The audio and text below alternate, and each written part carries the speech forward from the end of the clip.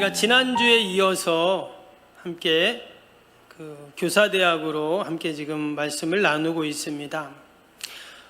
우리 중에는 교사도 있고 또 구역 지도자도 있고 또 오랫동안 우리가 또 이 교사의 사명을 감당했던 성도님들이 계신데 과연 나는 나에게 맡겨주신 어린 생명들 또 구역 식구들 또 영혼들을 나는 어떻게 가르치고 돌보고 있는가를 한번 같이 생각해 보려고 합니다.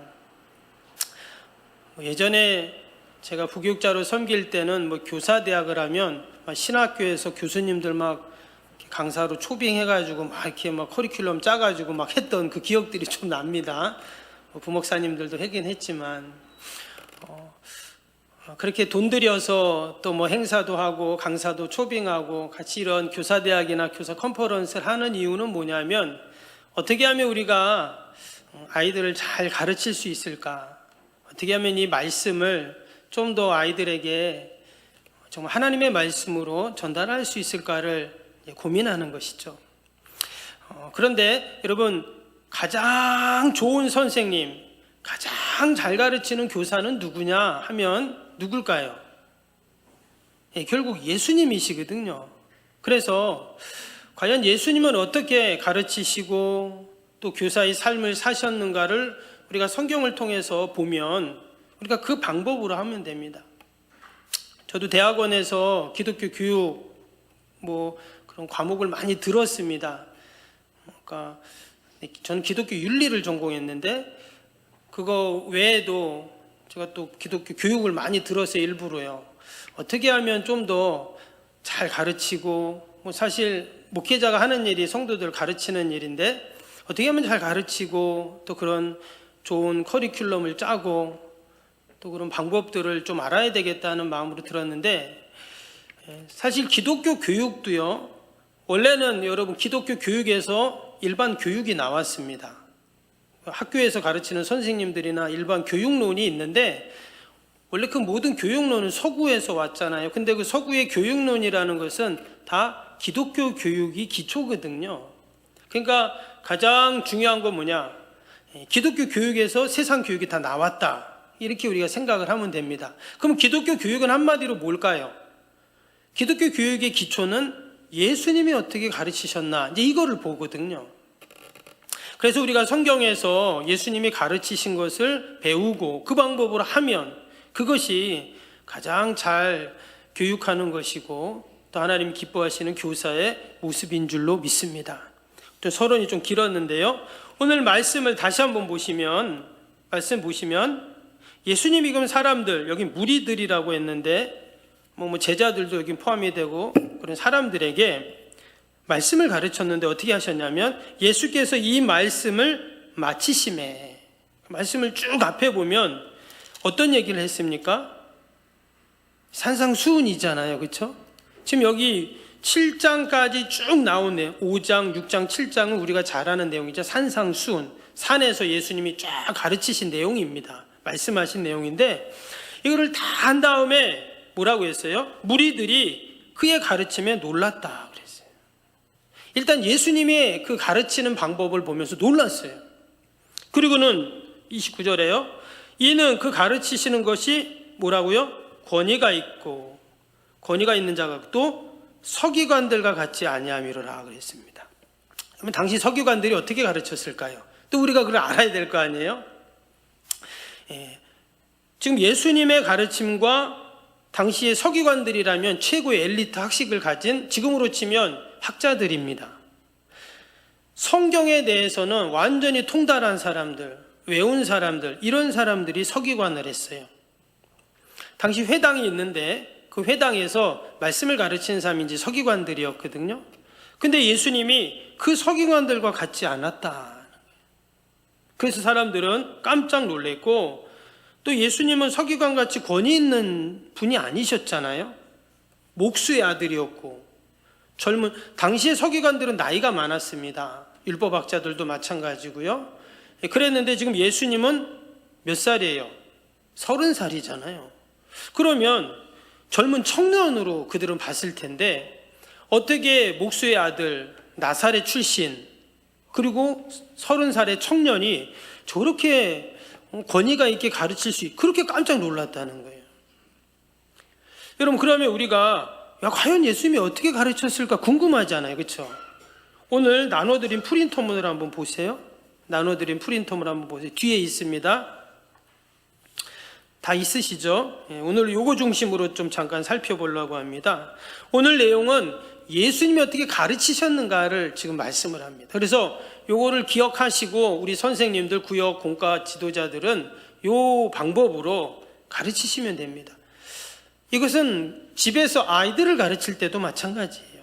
내가 아이들을 어떻게 하면 잘 교육시키려까, 그게 우리 부모들의 마음이죠. 요즘은 부모만 가르치는 게 아닙니다. 할머니, 할아버지들도 잘 가르쳐야 돼요. 저는 지금 기대하는 게 뭐냐면, 저희 집 애들도 이제 다 컸는데, 근데 이제 얘네들이 이제 결혼할 거 아니에요? 그럼 이제 애들을 낳을 거 아닙니까? 저는 지금 기도하는 게 뭐냐면, 내가 이 애들 셋을 뭐 나름대로 가르친다고 했는데, 지나고 보니까 잘 못 가르친 것 같아요. 그래서 좀 기대하는 게 뭐냐면, 손주들이 이제 태어나면 잘 가르쳐야 되겠다. 전 그게 지금 제일 소망입니다. 언제 결혼해서 언제 애 낳을지는 모르겠지만, 근데 얘네들이 꼭 결혼해서 애를 낳아야 되는데, 제가 제일 지금 기대하고 소망이 그거예요. 한번 손주들 아무튼 정말 제가 마지막 힘을 다해가지고 잘 가르쳐야지. 제가 그 마음이 있어요. 늘. 근데 우리 권사님들 마찬가지입니다. 지금 이제 손주들을 내가 어떻게 가르칠까? 손주들이 다 컸으면 증손을 내가 또 어떻게 마지막 내 남은 힘을 다해서 가르칠까?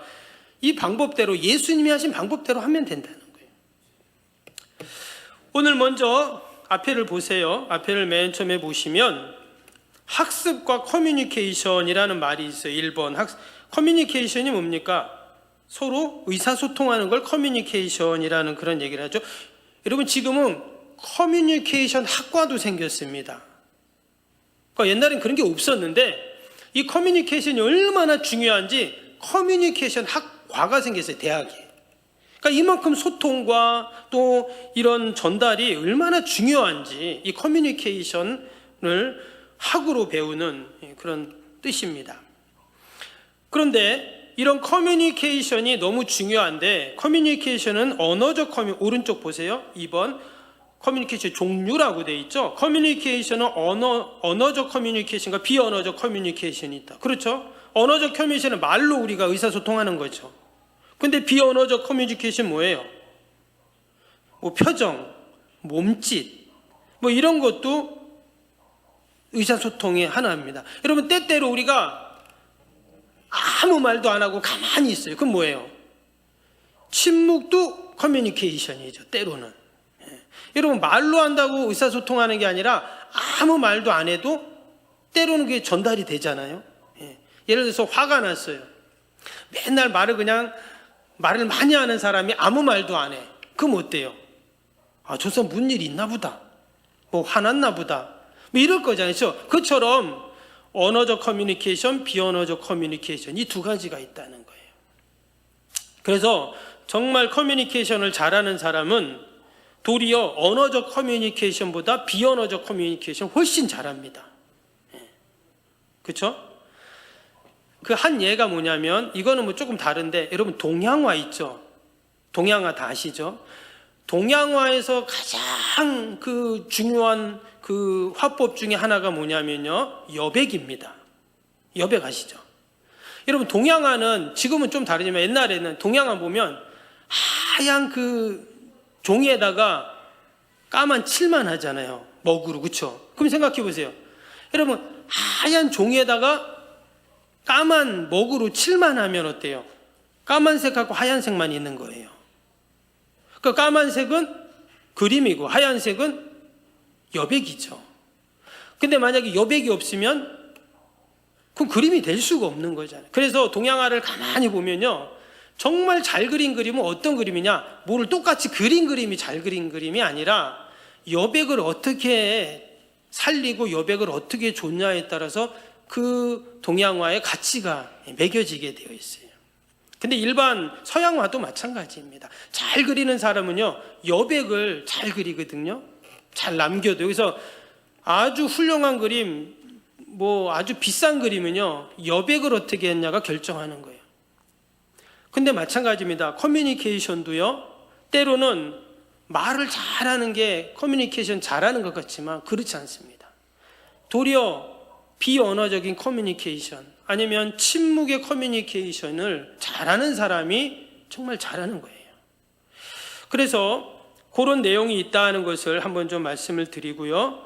효과적인 커뮤니케이션은 전달자, 듣는 자, 내용, 또 연결되는 통로가 어떻게 되는가를 떠나서 그것이 효과적으로 커뮤니케이션이 된다 하는 내용이 쭉 나옵니다. 넘기셔서 이제 예수님의 교수법에 대해서, 그러니까 예수님은 과연 어떻게 커뮤니케이션을 사용하셨을까 하는 거예요. 당연히 잘 사용하셨겠죠. 예. 그러면서 과연 예수님은 어떻게, 교수법이라는 것은 교사, 그러니까 예수님이 이 교수라는 게 교수님이 아니라 말 그대로 가르치는 방법을 말하는데 어떻게 예수님이 잘 가르치셨을까? 오른쪽에 보시면 15가지, 예수님이 보여주신 15가지 교수법이 나옵니다. 15가지요. 그래서 성경을 보면 이 15가지를 통해서 예수님께서 가르치신 그런 장면들이 쭉 이제 나오게 되는데, 첫 번째 봅시다. 첫 번째 뭐예요? 예수님은 대화와 활동을 통한 참여를 강조하셨다. 그래서 예수님의 강의법은 어떠냐? 지금 우리가 읽었던 그 내용이요, 뭐라 그랬어요? 5장부터 6장 7장까지가 뭐라고요? 산상수훈이죠. 그래서 예수님은 강화를 통해서 쭉 말씀을 이야기하십니다. 마태복음이 대부분이 이제 그런 내용인데 이걸 강의하셨다 이렇게 또 말을 하는데, 그런데 예수님께서는 강의를 하실 때 일방적으로 하지 않으셨다는 거예요. 어떻게 했다고요? 쌍방향적으로, 개방적으로 늘 예수님은 말씀하시고, 피교육자는 일반 무리들, 제자들, 사람들을 말하는 겁니다. 서로 소통하면서 대화를 하시고 가르치셨다. 그 대표적인 예가 누구예요? 도마, 여기 나왔죠? 예수님이 내 손을 내밀어 내 옆구리에 넣어봐라, 이런 말씀을 하셨어요. 그러니까 어때요? 도마가 정말 예수님의 손을 만져보고 옆구리를 만져봤잖아요. 그러니까 예수님의 그래서 이제 결국 이 도마가 믿음을 갖게 되는데, 예수님은 가르치실 때 그냥 일방적으로 가르치는, 그냥 일방적으로 말하는 식으로 하지 않으셨다는 것을 이제 얘기하는 거죠. 가나 혼인잔치에서도 항아리에 물을 채워라, 돌을 옮겨라, 예루살렘에서 나귀를 끌고 와라, 또 최후의 만찬 때도 떡과 잔을 나누시고 또 그것을 먹어라, 마셔라. 그러니까 예수님의 모든 그 교육의 하나하나가, 예수님의 행동 하나하나가 다 뭐와 연결돼요? 가르치시는 것과 연결이 됩니다.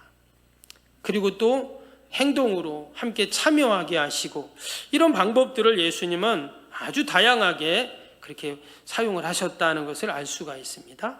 두 번째는 뭔가요? 예수님의 가르침을 통해 행동의 변화를 요구하셨다 하는 거예요. 행동의 변화. 그렇죠, 여러분. 교육의 이유는 뭡니까? 결국 교육은요, 단순한 지식 전달이라기보다 변화를 위한 게 교육입니다. 여러분, 아무리 가르쳤는데 변화가 없다, 참된 교육, 잘못된 교육이랄 수밖에 없는 것이죠. 결국 교육의 이유와 결과는 뭐냐? 그 결과물은 변화를 위한 거예요. 그래서 예수님은 늘 변화를 생각하시면서 예수님께서 말씀을 전하시고 가르치셨다. 이게 바리새인 율법학자들, 그런 사람들, 잘못된 이야기도 쭉 나오고, 사마리아 여인 얘기도 나왔죠. 그리고 사마리아 여인에게 그랬습니다. 결국 그 여인이 어떻게 됐어요?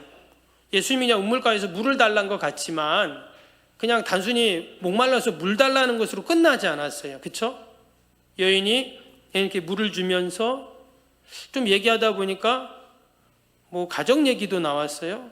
또 얘기하다 보니까 예배에 대한 얘기가 나왔어요. 그렇죠?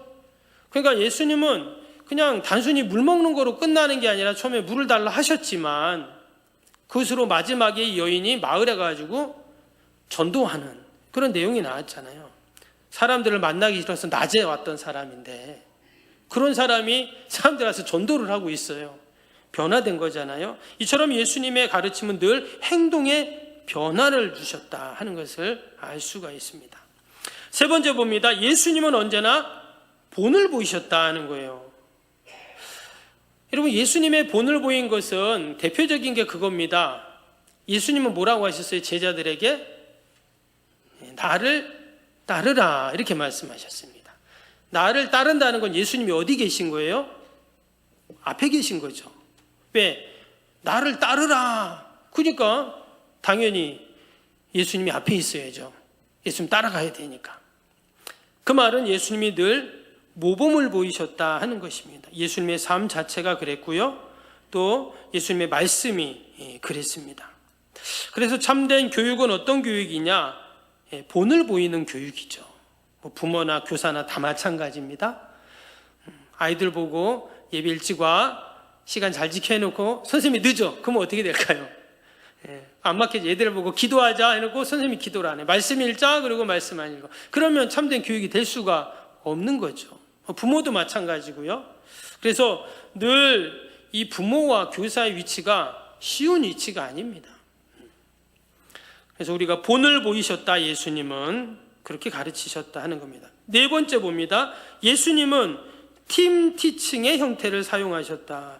여러분 팀 티칭 들어보셨죠?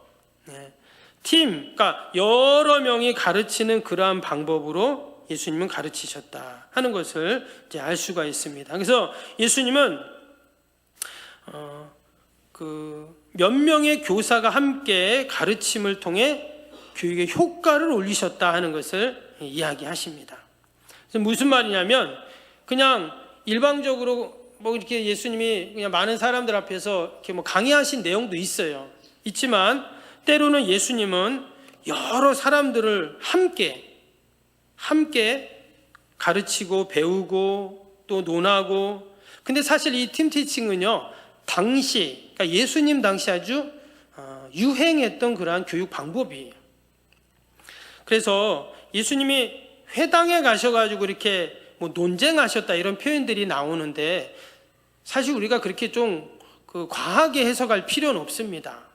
예수님이 뭐 질책하신 것도 있고 하지만 논쟁이 당시에는요 그런 식으로 토론을 하고 그런 식으로 교육을 했어요. 그렇기 때문에 예수님의 티칭의 형태가 그렇게 이제 나타난 것이죠. 그런데 그런 방법을 통해서 예수님이 가르치셨다 하는 것을 알 수가 있어요. 우리도 이것이 아주 중요합니다. 외국에서는 이것을 잘 활용을 하고 있어요. 무슨 말이냐면 우리 학교 가면 있잖아요. 학교에 선생님 한 분이 아이들에게 가르치죠. 근데 외국이 어때는 데는요 교실에 선생님이 2명이 있어요. 그러니까 아이들이 있는데 선생님이 2명인 거예요. 2명이 가르쳐요. 심지어 3명이 있을 때도 있대요. 그 이해가 안 되죠. 선생님이 앞에서 아이들 가르치고 뭐 수학, 국어, 영어를 가르치잖아요. 근데 한 선생님 앞에서 하고 한 선생님은 다니면서 아이들하고 같이 하는 거예요. 참 지혜로운 방법이라고 생각하거든요. 우리나라도 그런 교육이 필요해요. 왜냐하면 선생님이 하면 하는 애는 하고 안 하는 애는 안 해버리잖아요. 그러니까 여긴 다른 그 나라는 어떻게 하냐면 선생님이 2-3명이 그 교실에 같이 들어가서 뒤떨어지는 아이들을 같이 가르치는 거예요. 그래서 같이 올라가게. 근데 예수님도 마치 이런 팀 티칭을 사용을 하셨다는 것을 12제자를 키운 것도 마찬가지고요. 그렇게 사용하셨다는 겁니다. 5번째 봅니다. 예수님의 교수법 중에 프로그램 학습과 유사한 형태도 발견이 된다 그랬어요. 이 프로그램 학습이라는 건 뭐냐면 단계적인 진행 학습 방법을 말합니다. 여러분 우리 교육은 그냥 어느 날 갑자기 가르치는 교육은 없습니다. 여러분 학교 교육을 보시면 모든 커리큘럼이 어떻게 돼요? 이미 다 정해져 있어요. 그리고 그 교육의 내용도 이미 다 만들어져 있습니다. 그러니까 선생님들은 그걸 갖고 하는 거예요. 매주 자기가 만들고 매주 하는 게 아니라 이미 1년 교육 과정이 다 나와 있어요. 1년이 아니죠. 뭐 학교 6학년, 초등학교에 나가면 1학년부터 6학년까지 이미 다 교육이 정해져 있어요. 교육은 프로그램입니다. 그냥 하는 교육은 없어요. 교회 교육도 마찬가지거든요. 교회 교육도 우리도 지금 총회 공과를 쓰고 있지만 3년텀으로 돌아가요. 이미 다 만들어져 있어요. 그렇기 때문에 그걸 우리가 습득을 해서 아이들한테 이제 가르치는 건데, 마치 예수님이 그렇게 하셨다는 거예요. 3년 반 동안 제자들을 키울 때 3년 반 동안 차근차근 이 제자들이 나중에는 정말 사람 낚는 어부가 될 수 있도록 그렇게 만들 수 있도록 모든 프로그램들을, 그걸 이제 행동주의 요령이라고 하는데, 아이들 성장하면서부터 계속 이렇게 교육 프로그램이 달라지잖아요. 그렇죠? 그걸 이제 몬테소리에서 그걸 잘하는데, 교회 교육도 그렇게 해야 된다는 거예요. 예수님이 그렇게 하셨으니까. 그 예수님이 그런 방법으로 이미 다 프로그램을 다 만드셔서 그렇게 예수님이 진행하셨다는 것을 알 수 있습니다. 그거와 연결시켜서 6번 보세요. 예수님은 준비된 자를 가르치셨다. 그래서 이거 준비의 법칙이라고도 말을 하는데, 여러분 배울 마음이 전혀 없어요. 근데 한쪽에서는 어떤 사람은 정말 배우고 싶은 사람, 어느 사람이 더 잘 습득할까요? 후자죠. 공부도 마찬가지잖아요. 정말 공부하기 싫은 애가 있어요. 근데 어떤 애는 막 너무 하고 싶어. 그럼 당연히 학습 효과가 다르고 습득이 다르죠. 예수님이 그렇게 하셨다는 거예요. 그래서 예수님께서 준비된 영혼들을 만나시고 정말 그들에게 말씀을 가르치시고 교육하시고 했던 모습들을 우리가 볼 수가 있습니다. 이게 뭐 밭 비유도 이렇게 나왔는데요. 그렇죠? 어떤 씨앗을 뿌리면 씨앗이 뭐 말씀이라고 이렇게 또 말을 하는데, 뭐 돌짝에도 가시덤불에도 길가에도 막 뿌리는데 어디에 열매를 많이 맺어요? 좋은 밭. 그렇잖아요. 그래서 우리가 아이들을 준비된 그러한 아이들로 우리가 이렇게 만들어 가야 돼요. 그래서 우리 아이들이 작은 어린 아이들 있잖아요. 뭐 우리 지안이 같은 게 마음이 같은 애들 다 어리잖아요. 그렇죠? 이런 애들은 어떻게 해야 될까요? 지금 뭘 많이 가르치려고 하면 안 됩니다. 집사님. 지금 너무 많이 가르치면 과부하 걸리면 나중에 공부 안 해요. 근데 어떤 학부모님들은 막 하고 막 5개, 6개 막 보내고 막 어렸을 때부터 많이 조기 교육이라고 한때 유행해. 여러분 요즘에는요 조기 교육이요 옛날에 유행했던 적이 있어요. 근데 도리어 여러분 영어 그 아이들 영어 유치원 있죠? 영어 유치원 다 망했습니다. 다 망했어요. 영어 유치원이요. 왜? 조기 교육하면은 좋다고 해가지고 막 그냥 한 달에 뭐 엄청 비싸게 해가지고 막 했는데, 나중에 보니까 그 아이들을 어렸을 때부터 막 지식을 넣으면은 막 더 좋아질 것 같은데 그렇지 않다는 거예요. 그 아이마다 정해져 있어요. 어떤 아이는 이만큼 지식이 들어가도 되고 어떤 아이는 요만큼밖에 안 들어가는 거예요. 그래서 지금의 단계, 어린 아이들의 단계는 뭐냐? 좋은 밭을 만들어 주는 거예요. 거긴 체력도 들어가고 인성도 들어가고, 그래서 좋은 밭을 어렸을 때 만들어 주면 중학교, 고등학교, 대학교에 가서 그런 지식을 다 넣고 받아들이는데 이제 어려움이 없어지는 거죠. 그래서 어렸을 때는 그런 좋은 밭을 만드는 게, 그 예수님이 그렇게 하신 거예요. 그 말씀을 하셨잖아요. 좋은 밭이 되게 해달라고. 그런 내용입니다. 7번은 뭐예요? 7번째. 예수님이 교육하신 방법입니다. 발견학습을 강조하셨다. 발견학습이라는 말이 뭘까요? 거기 줄친거 보세요. 학습자 스스로 해답을 찾기 위해 노력하는, 지도하는 방법. 그 예수님이 보면은 늘 이렇게 질문하시는 내용이 많이 나와요. 그렇죠? 그래서 사람들이 인자를 누구라 하느냐, 누가 선한 이웃이냐, 그리고 너희는 나를 누구라. 보면 예수님은 늘 이렇게 질문을 하신단 말이죠. 왜 그럴까요? 스스로 생각해 보라는 거예요. 답을 찾아보라는 거예요. 예수님이 너무나 귀한 방법이죠. 교육 방법 중에 하나입니다. 그냥 지식만 전달하고 습득하고 끝나는 게 아니라 계속 생각하게 만드는 거예요. 그게 바로 예수님의 교육 방법입니다.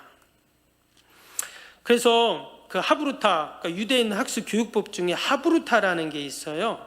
뭐 한때 그것도 많이 유행이었는데, 근데 이 하브루타가 그겁니다. 친구하고 서로 같이 막 이야기를 막 해요. 그래서 유대인들 있죠? 유대인들은 도서관에 가면, 우리나라 도서관에 가면 어때요? 예, 지지근지 조용하죠. 근데 유대인들 도서관 가면 어떻대요? 아마 TV에서 한 번씩 보셨죠? 막 시장통처럼 막 떠들고 막 그러는 거예요. 그러니까 우리하고 좀 생각이 완전 반대예요. 그렇죠? 예. 근데 그 서로 계속 얘기하는데 뭘 얘기하냐면 계속 서로 질문을 하는 거예요. 이쪽 사람이 이런 질문하면 저쪽이 대답하고, 또 저쪽 사람이 질문하면 내가 이때. 그래서 하브루타에서 제일 중요한 질문법이에요. 어떤 질문을 하는가. 그래서 좋은 질문을 해야 제대로 된 답을 말할 수가 있거든요. 근데 예수님은 늘 좋은 질문을 하세요. 그래서 그 질문을 통해서 그 상대방이 생각하고 또 답을 찾아가고 이런 학습법을 사용하셨다 하는 겁니다. 그게 바로 하브루타예요. 그 다음에 8번째 봅니다. 예수님은 비언어적인 커뮤니케이션을 사용하셨다. 아까 앞에서도 그 말씀 잠깐 드렸죠. 언어적 커뮤니케이션이 있고 비언어적 커뮤니케이션이 있었다 하는 거예요. 마태복음 15장에 보면 가나안 여인이 나오는데 예수님은 한 말씀도 대답하지 아니하시니라고 기억이 돼요. 그러니까 예수님이 침묵하셨는데 이것은 아무 말도 안 한 게 아니라 또 하나의 교육적인 효과를 생각하셨다 하는 겁니다. 그래서 이런 예수님의 이 비언어적 커뮤니케이션, 이 침묵은요, 성경에 보면 여러 군데 나옵니다. 그 중에 또 하나가 뭐냐면 베드로가 그 닭 3번 울 때 막 거기서 부인하죠. 부인했을 때 닭 3번 울었는데 그때 예수님과 그 베드로와 서로 눈이 마주쳐요. 근데 그때 예수님이 아무 말도 안 하십니다. 그 누가복음 22장 밑에 보세요. 예수께서 돌이켜 베드로를 보시니 그랬어요. 그 예수님하고 베드로하고 딱 마주친 거잖아요. 근데 예수님은 아무 말씀도 안 하세요. 근데 베드로가 그 예수님과 눈이 마주쳤을 때 어떻게 했을까요? 참 창피했겠죠. 그 통곡했다, 심히 통곡했다 나가서 이런 말씀이 나오는데 아마 베드로는 그날 그 대제사장 그 뜰 거기서 그 자기가 예수님 3번 부인했을 때 예수님 눈이 딱 마주쳤을 때 그때를 영원히 잊지 못했을 거예요. 이런 식으로 예수님의 비언어적 커뮤니케이션을 잘 사용하셨다. 그래서 우리 아이들이나 또 교회학교 아이들 우리가 선생님들이 가르칠 때 우리가 이 비언어적 커뮤니케이션을 잘 활용을 해야 됩니다.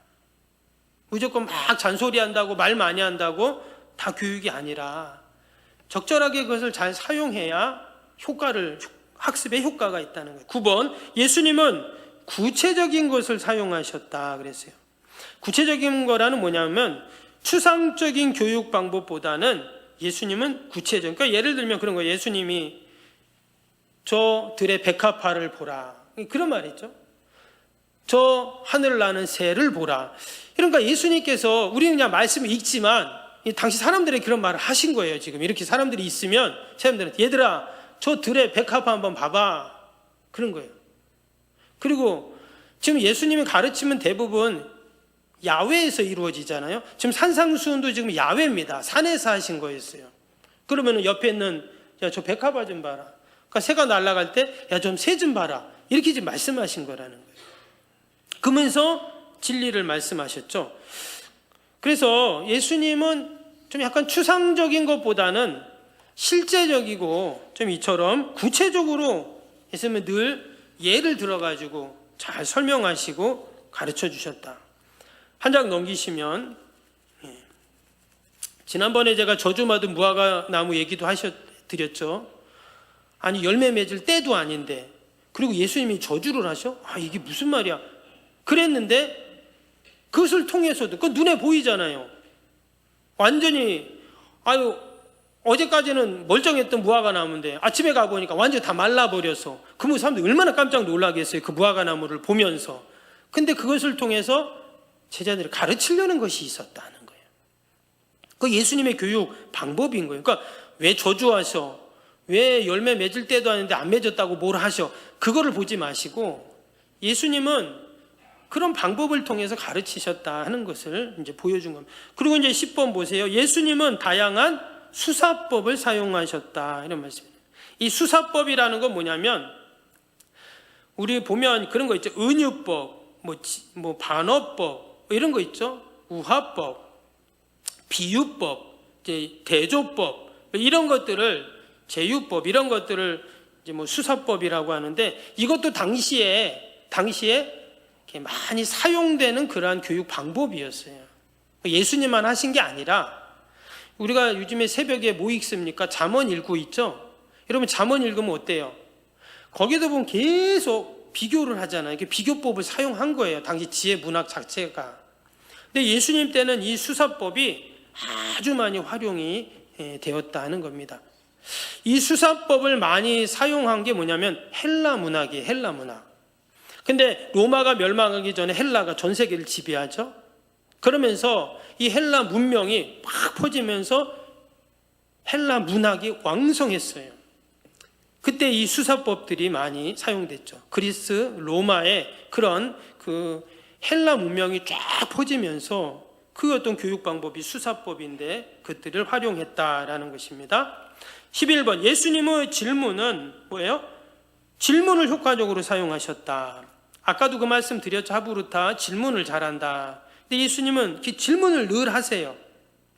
그래서 복음서를 보니까 예수님의 질문이 무려 150개가 넘게 나온다 이런 거예요.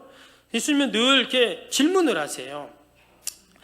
그래서 여러분 질문을 잘해야 됩니다. 그래서 여러분 목사님도 설교할 때 보세요. 항상 뭔가 질문을 해요. 그걸 이제 설교에서는 제시라고 하는데 과연 여러분 부흥하려면 어떻게 해야 될까요?